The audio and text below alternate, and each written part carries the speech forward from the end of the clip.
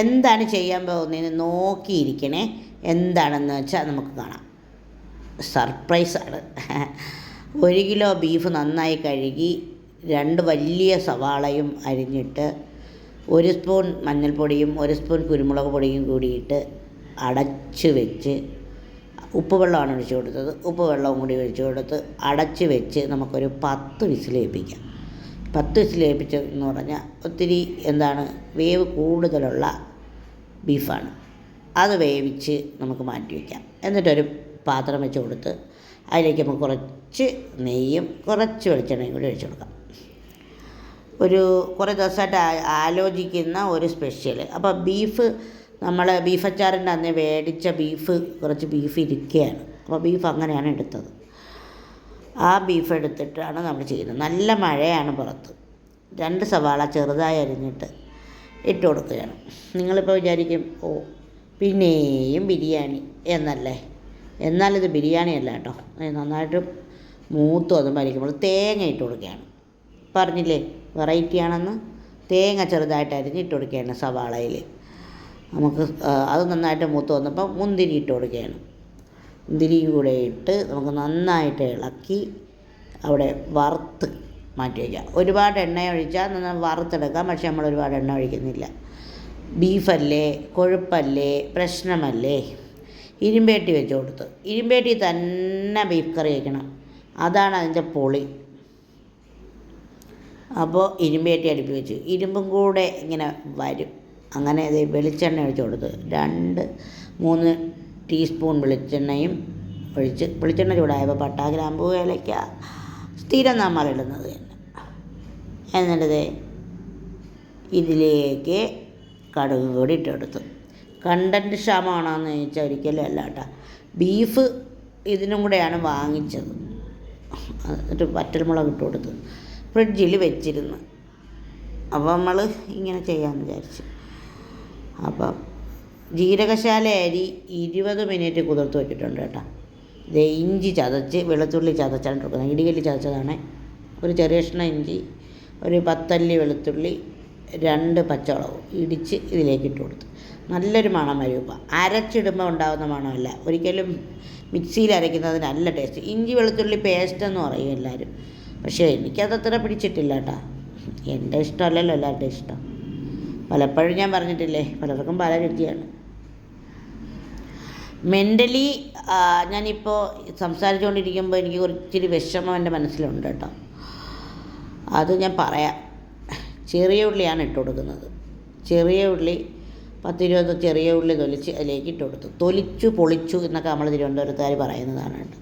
തെറ്റ് പല സ്ഥലത്തും ശരിയും പല സ്ഥലത്തും തെറ്റും ഒക്കെ ആയിരിക്കും. ഓരോ ഇടത്തും ഓരോ രീതിയാണ്. ഞാൻ ഇന്നൊരു അപ്രതീക്ഷിതമായിട്ടുള്ളൊരു മരണം കേട്ടു. അപ്പോൾ അതിൻ്റെ ഒരു വിഷമമുണ്ട്. എൻ്റെ ഏറ്റവും അടുത്ത ഒരാളിൻ്റെ മരണം.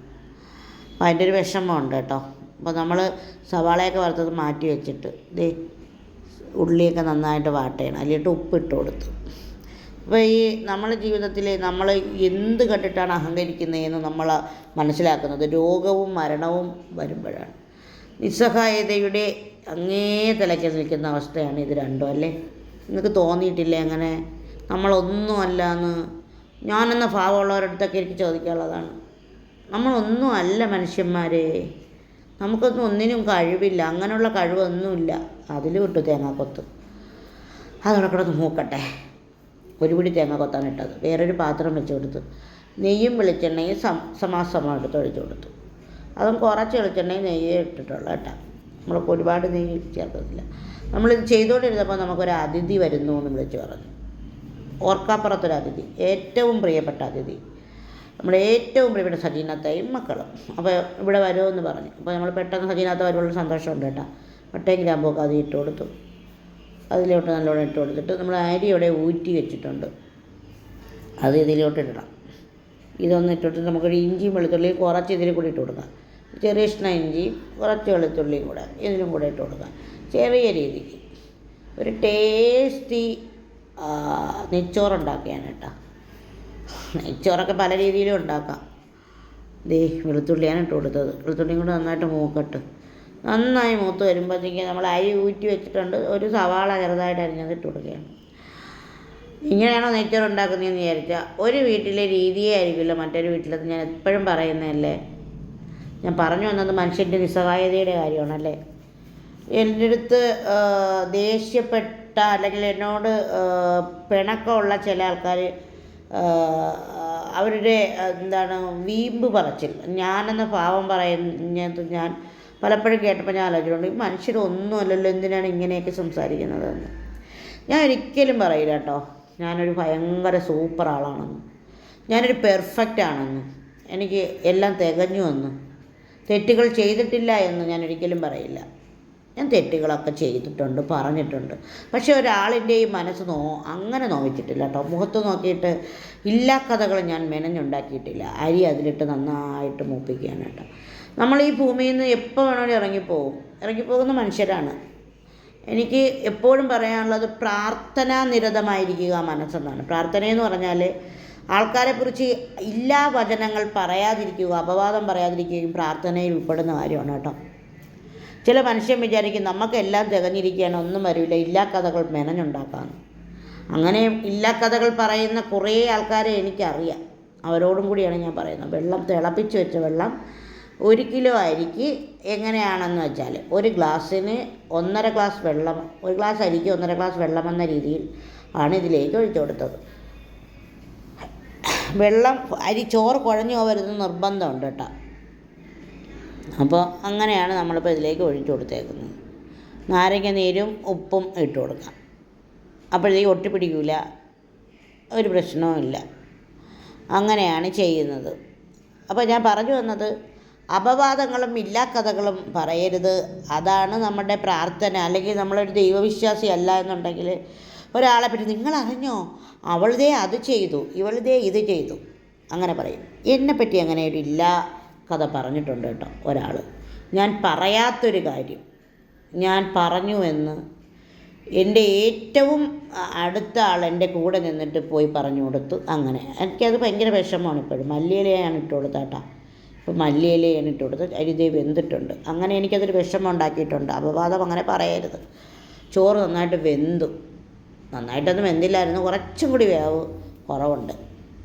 അങ്ങനെ ചോറ് റെഡിയായി. ഒരു കുഞ്ഞു വേവും കൂടെ ഉണ്ട്, അത് നമുക്ക് റെഡിയാക്കണം. അത് നമുക്കിപ്പോൾ റെഡിയാക്കാം.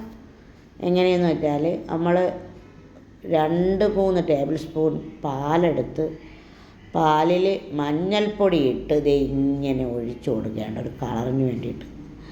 എന്നിട്ട് നമ്മളിതിനെ അടച്ചു വയ്ക്കും. അപ്പോഴത്തേക്കും നമ്മുടെ ബീഫ് കറിയുടെ തേങ്ങയും ചെറിയ ഉള്ളിയും ഇഞ്ചിയും എല്ലാം നല്ല മണം വന്നിട്ടുണ്ട്.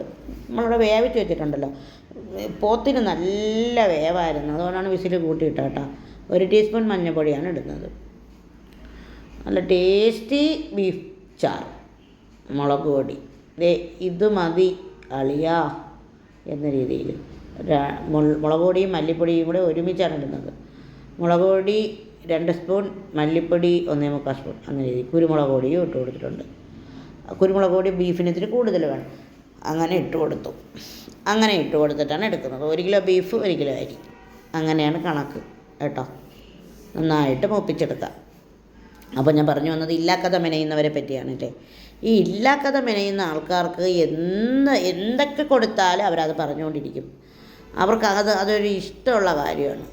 ഞാൻ ചോദിക്കുന്നത്, നിങ്ങൾ കേട്ടിട്ടുണ്ടോ ഞാനത് പറഞ്ഞത്, അല്ലെങ്കിൽ ഞാനത് ചെയ്തത് നിങ്ങൾ കണ്ടിട്ടുണ്ടോ? എങ്കിൽ മാത്രമാണ് നിങ്ങൾക്കത് പറയാൻ അവകാശം. എനിക്കും വേറൊരാൾ പറഞ്ഞതിന് പ്രകാരം ഞാൻ മറ്റൊരു കാര്യം അടിച്ച് പിടിച്ചേൽപ്പിക്കുമ്പോൾ അങ്ങനെയാണ് ചിന്തിക്കാനുള്ളത് കേട്ടോ. മല്ലിയിലയും പുതിനയിലയും കൂടെ ഇട്ട് കൊടുത്തു.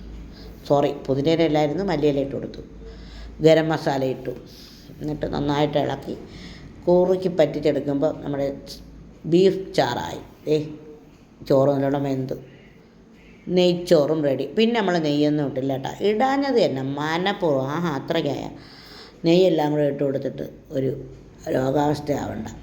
അപ്പോൾ എന്നും ബിരിയാണിയാണോ ഇതാണോ എന്നൊക്കെ അന്വേഷിക്കുന്ന ആൾക്കാർ, ഇത് ഇല്ലാത്തവരെ കുറിച്ച് അറിയാമോ എന്ന് ചോദിക്കുന്ന കുറേ മനുഷ്യരൊക്കെ ഉണ്ട്. അവരോടൊക്കെ പറയാനുള്ളത്, എൻ്റെ പൊന്നോ, ഒരു വീട്ടിലെ ചിലവ്, നമ്മുടെ വീട്ടിലെ ചോറും കറിയും വയ്ക്കുന്ന ചിലവിനുള്ളത് മാത്രമേ നമ്മൾ ചെയ്യാറുള്ളൂ കേട്ടോ. നമ്മൾ കഴിക്കുന്നു, അത് അങ്ങനെ ചെയ്യുന്നു. നമ്മൾ ബീഫ് വാങ്ങിക്കുന്ന ദിവസം അങ്ങനെ വയ്ക്കുന്നു. ഈ ആൾക്കാരുടെ അടുത്തൊക്കെ വിശദീകരിച്ച് കൊടുക്കണമെന്ന് ചോദിച്ചാൽ ചില ആൾക്കാർ അങ്ങനെ പറയാറുണ്ട്.